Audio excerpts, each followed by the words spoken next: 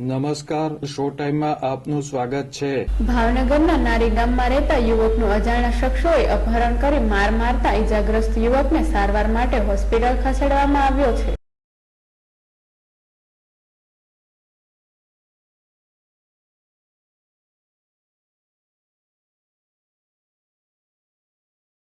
ભાવનગરના નારી ગામમાં રહેતા અને ચિત્રા જીઆઈડીસીમાં કામ કરતા પ્રદીપભાઈ ડાભીને અજાણ્યા શખ્સે ફોન કરીને બોલાવ્યા બાદ 5 અજાણ્યા શખ્સો કારમાં ઉઠાવી ગયા હતા।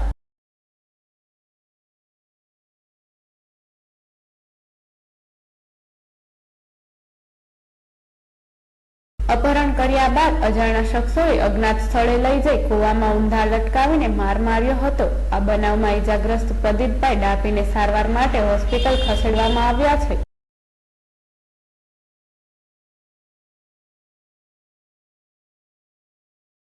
આ બનાવ અંગે પોલીસે વધુ તપાસ હાથ ધરી છે।